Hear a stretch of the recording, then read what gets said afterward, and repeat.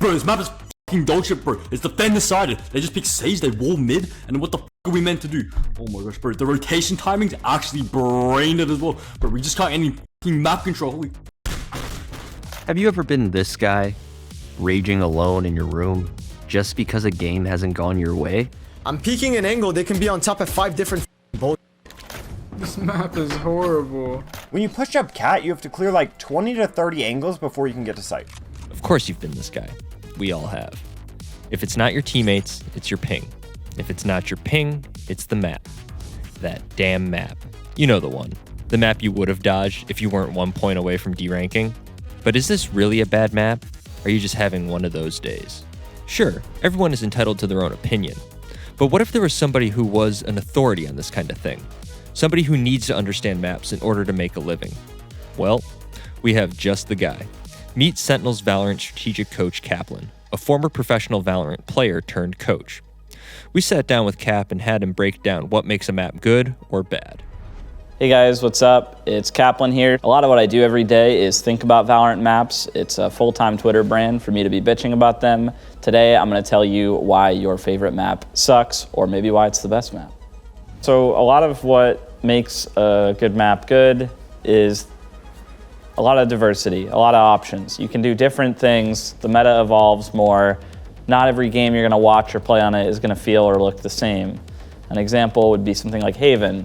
You can play really fast on it, you can have really strong executes and stay grouped up. Other times you get teams who have a comp or a game plan or a style where they're lurking a lot, they're playing really slow, they're defaulting. You know, that's what makes a good map to me. There's a lot of options, there's strategic depth, you can try different things. And then there's other maps where, you know, it's more one-dimensional. There's more one right way to play it. I think an example would be Icebox, right? On Haven, you get teams that use front B a lot, they use the garage window a lot. Other teams just like the exec A, exec C. On Icebox, you're not gonna find a lot of teams using mid right now. It's not really viable for a lot of different reasons. Killjoy really just shuts it down. So even when you get a lot of different comps on Icebox, you're gonna notice these teams are playing it the same way every time they play it. And it starts to feel like every Icebox game is the same as the last one. What we get from this is that diversity is good. You want lots of different agents to be viable, lots of different strategies and tactics, lots of different team compositions. Let's simplify all these things down to the phrase player expression. The more teams and players can express themselves on a map, the more unique games will be, and the map will feel fresh longer. But there has to be more to what makes a map good, right? Map makers are artists who are trying to create a specific experience for the players to have while in a game. There has to be something about the intention behind the map. So I think a really important part about what makes a good Valorant map good is the design is intentional and pulled off successfully. So I was rambling earlier about Icebox and why I don't love it. And I think a reason for that is because it's got this mid that branches out into kitchen and under tube and toward A. It looks like it's designed to encourage splitting, but because of the choke points and how dominant Killjoy and other Sentinels can be at shutting them down, how hard it is to lurk, you get a play style on attack where you're just going back and forth through your attacker spawn a lot, working A and B back and forth, and a big part of the map that's supposed to be useful just doesn't get used. Whereas look at Fracture, right? That map's pretty one-dimensional as well. I explained with the rotate timings how that map can be pretty aggressive for attackers, and it's hard to kind of play it slow and throw a lot of fakes. You get a lot of executes, but that was intentional. It makes you think a lot. How do I want to use this comp to execute when I have all these choke points I can use? And when my spawn is kind of split up in two ways on attack? And how am I going to play defense when it's so hard to just hold down both sites with 2 or 3 players? I start, running these crunches on these spawns or playing for retakes and coming up with really good retake strategies.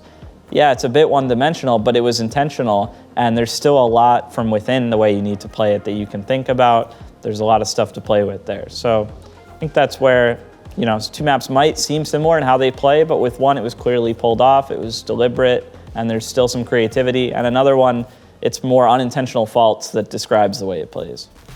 That all makes sense. But he did mention something about rotation timings, which is a common talking point for armchair analysts. This may be a little nerdy, but let's dive into it and see if there's any merit to what the average player complains about.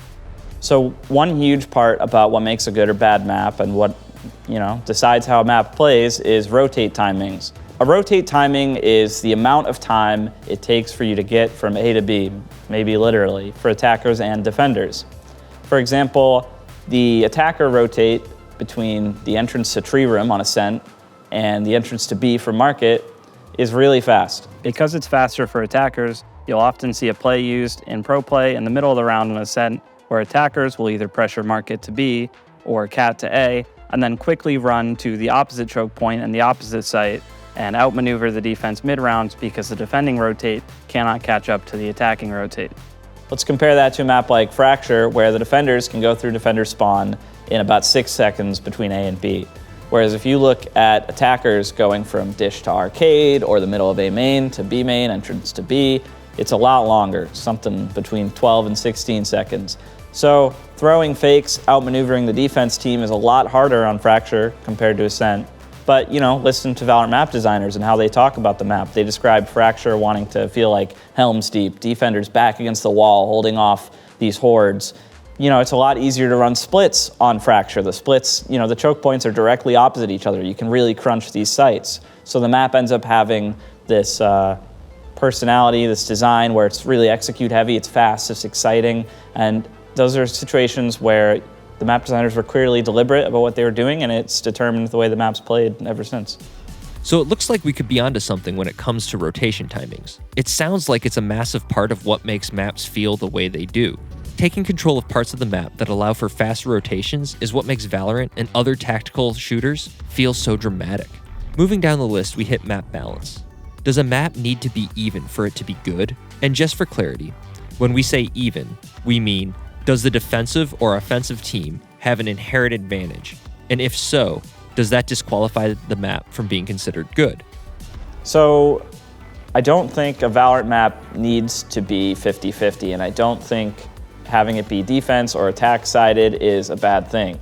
It creates storylines to the map for fans when it's one-sided. When you get a great attack half on Split and it really stands out, or on Ascent, for example, which is probably the most defense-sided map right now. And it creates more decision-making with your comps. You're not just gonna make a comp that's just equally good on both sides if the map isn't equally balanced. You need to think through, okay, this map's defense-sided. Does that mean I can play a more attack-heavy comp and still get a good defense half? What half am I likely to start the map on? Which gets really complicated with map vetoes, but this affects the way you think about the comps, the way you think about which map you might pick or ban.